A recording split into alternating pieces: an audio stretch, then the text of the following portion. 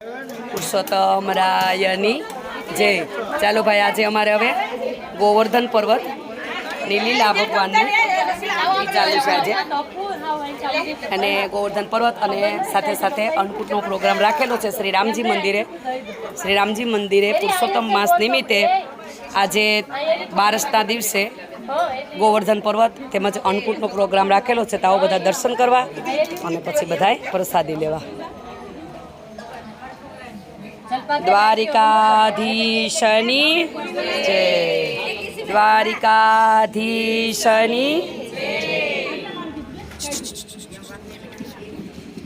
દ્વારિકાધીશની જય।